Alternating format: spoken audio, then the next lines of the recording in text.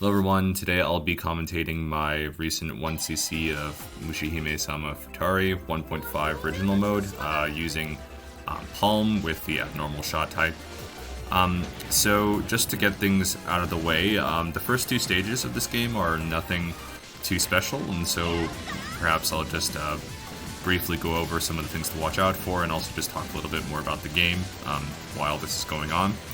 So essentially the reason why I picked Palm Abnormal is because I learned through trial and error and also through looking it up online that Palm Abnormal actually has the strongest focus shot, and it's actually really useful for fighting bosses with, because the shot is so powerful that a lot of the phases of bosses that one would usually have to fight using Reco or with Palm Normal, you can skip using the focus shot of Palm Abnormal, which is why I decided to go with that, because I found that the bosses in this game were, something that were kind of difficult to get a handle on.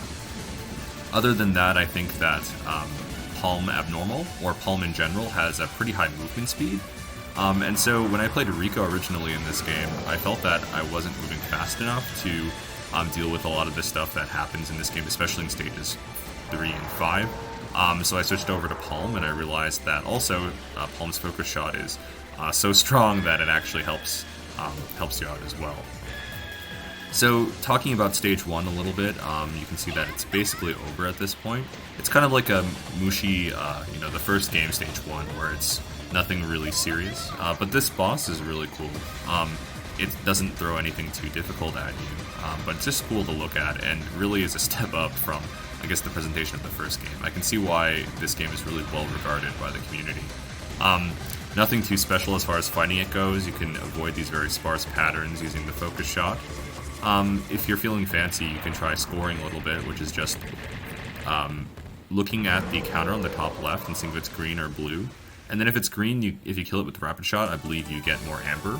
And vice versa, if it's blue, then you kill it with the focus shot and you get more amber. So that's the end of stage 1. You get a little amber bonus at the end here. Stage 2 is just a little bit of a step up, really. This is where the bullet cancels that this game is known for become really apparent.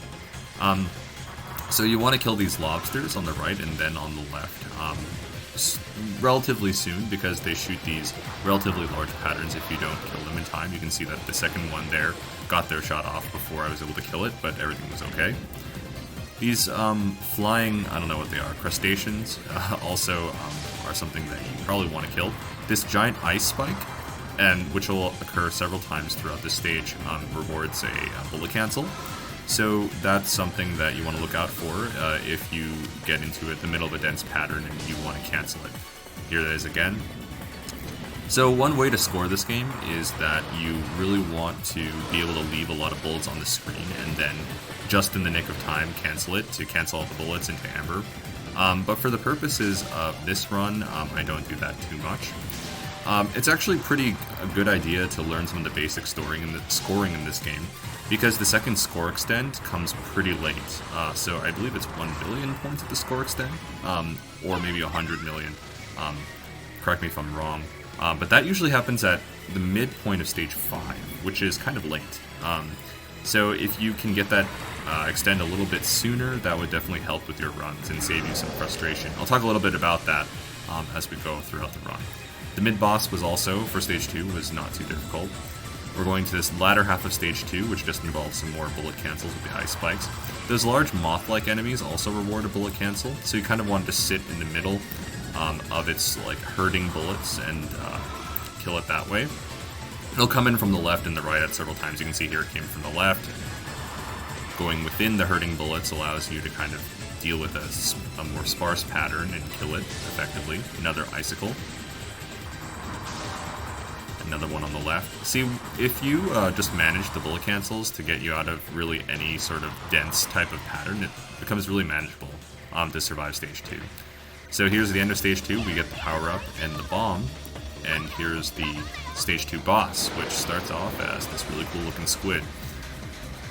So the first pattern is relatively simple. You just kind of want to follow it, stay in the middle, make sure you're lining up with the boss so that you're hitting the majority of your focus shots. Same goes for this pattern, although the boss will bob and weave to the left and right a little bit more. And if you're palm abnormal, you don't have to deal with the last one at all, which is quite nice. You can see there that we killed it before it became a problem. So here's the second phase. This first pattern is pretty easily dodged. Just make sure to go through the giant wheels on the right and the left one at a time. I always bomb this pattern because the second half of it is a little bit difficult, and I really wanted to keep it consistent to get to stage 3 as much as I could. And this last pattern is relatively easy to dodge too. So in all, I've used one bomb up to stage 2. That one thing about this game that I'll mention really briefly right now is that you really want to be keeping track of how many bombs you use, because the final boss is really easily cheesed if you have enough bombs, and the fight is otherwise really difficult if you don't have enough bombs. So a general strategy that I see a lot of people use in their own 1cc attempts is to just save up enough lives and resources such that you don't have to really fight the boss too much. Of course, that kind of gives you some pressure because you need to have a lot of resources going into the boss, otherwise you can't beat it. But I think that's really the easiest strategy to do it. So here's the beginning of stage 3. This is one of my favorite stages in the game.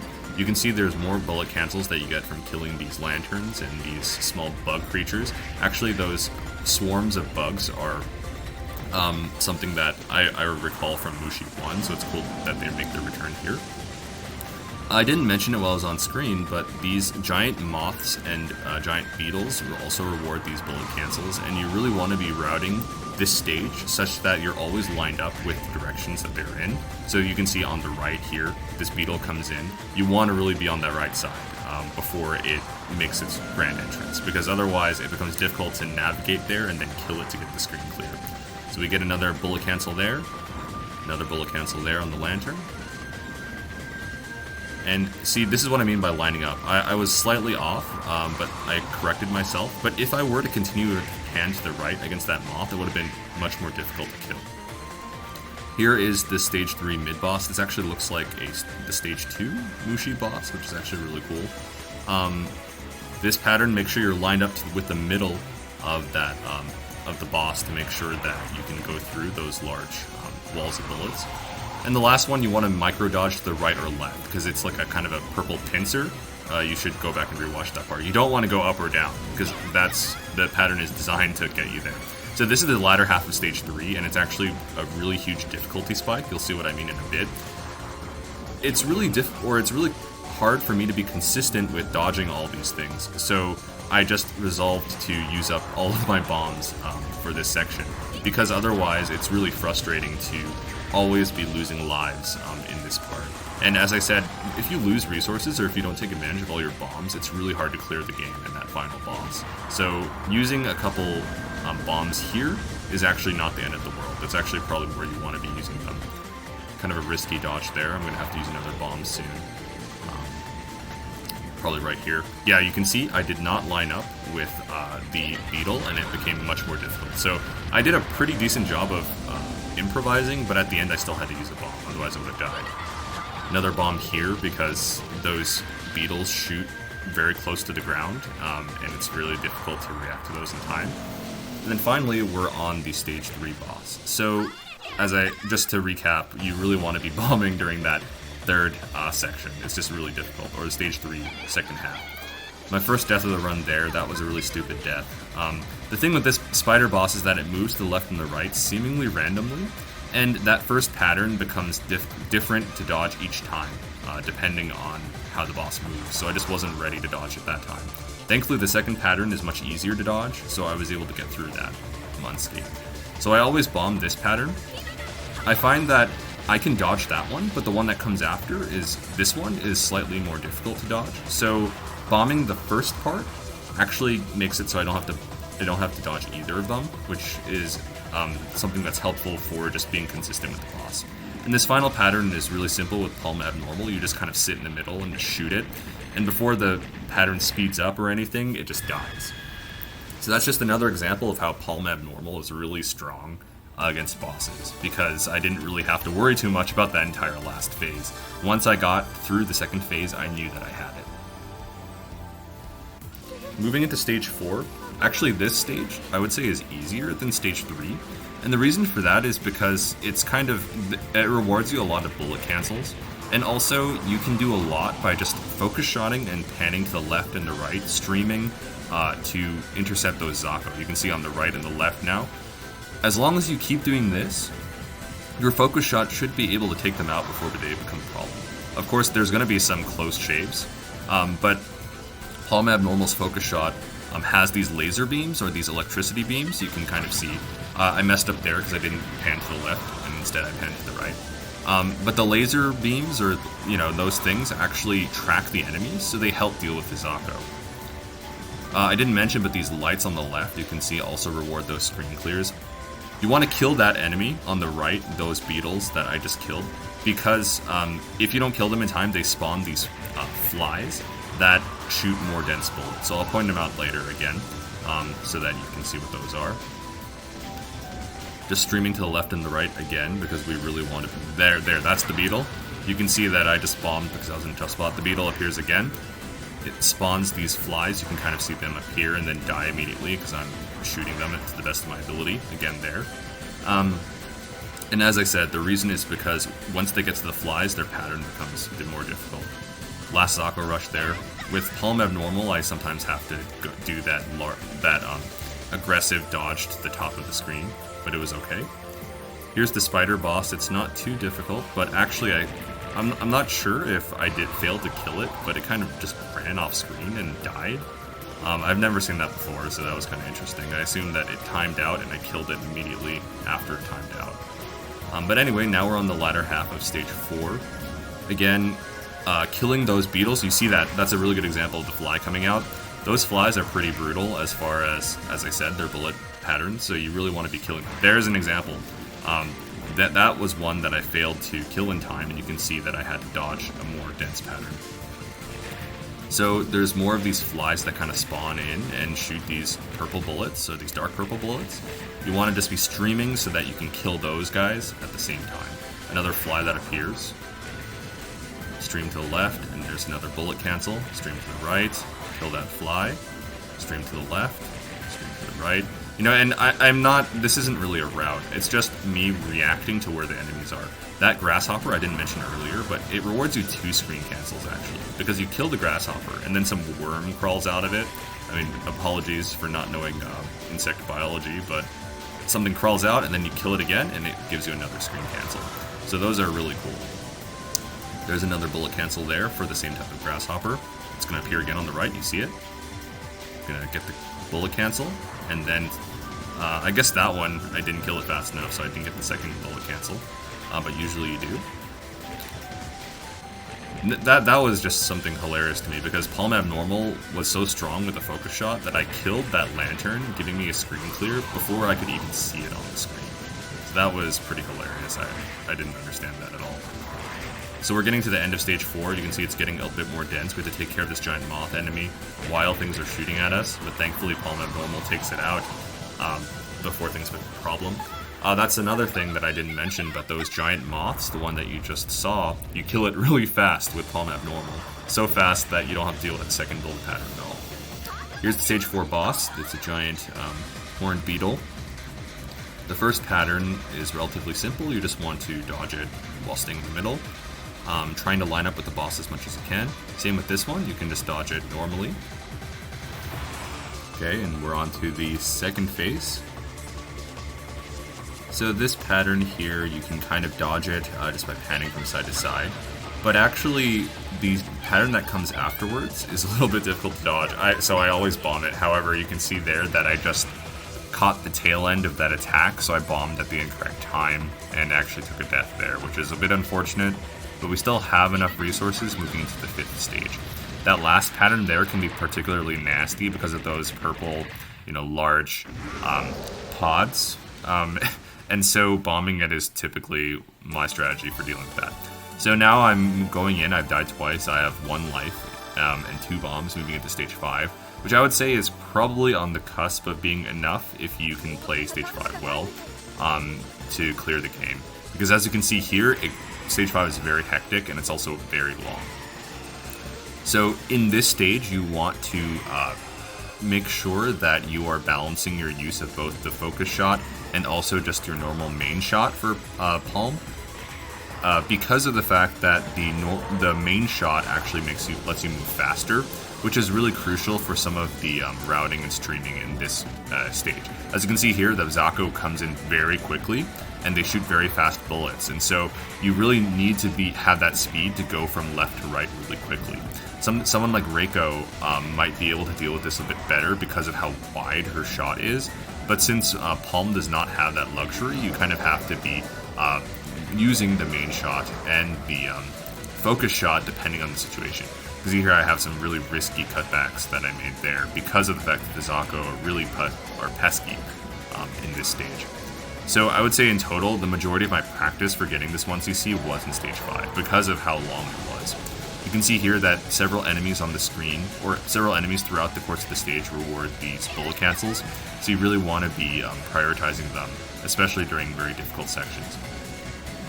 More Zako rush here, which can be really annoying. This guy gives you a bullet cancel, and the patterns are not so difficult to dodge if you're in Palm Abnormal, because you can see here it died before it could get really bad.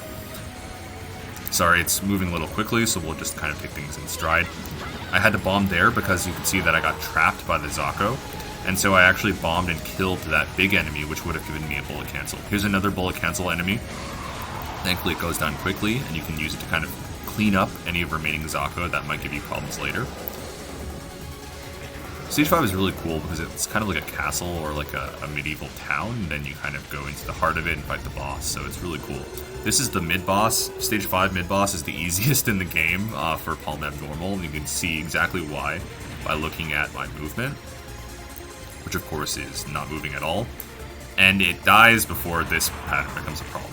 And it gives you a lot of points, so really, Stage 5 mid-boss is the easiest part of the game, honestly. It's a good breather for this part, which is actually quite difficult. Starts off with another Zaka rush, and these large enemies kind of shoot these hurting bullets that are quite annoying to deal with. It's kind of visually confusing, but you always want to be lining up in those lanes that I'm lining up in right now.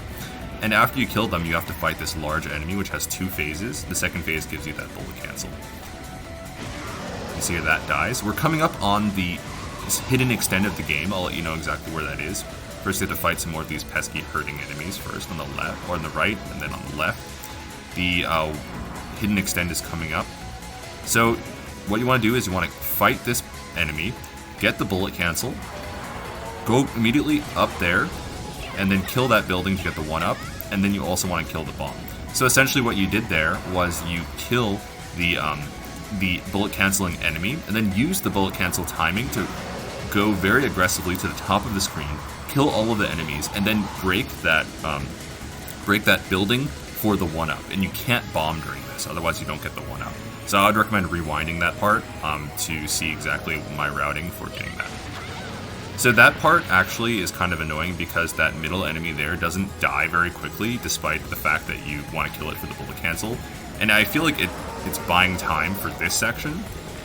So I'm not sure if the developers hard-coded that into the game, but it's really kind of annoying because these enemies didn't behave like that before. They usually have a set amount of health that, once depleted gives you the bullet cancel, but for that section it seemed to soak up a lot more damage. I used another bomb there because I was uncomfortable with dealing with that enemy again. This guy gives you a bullet cancel, and this guy also gives you a bullet cancel, so this is a nice break for that stage. Now you're going inside of this castle-like thing, and you're going into the final rush. You can see here that I have no bombs left, so I'm doing a lot of risky cutbacks, but the thing is that all of the enemies in this stage seem to shoot bullets directly at your position, and because of that, if you keep moving, generally a lot of things miss you when it looks like you should have gotten hit. So there's going to be a good example here. Do you see that? That was me just moving, believing, and making it through unscathed, which was kind of surprising to me. But I kept doing this, bobbing back and forth, even when I feel like I should have died. And I was able to get to the final boss, which is right here.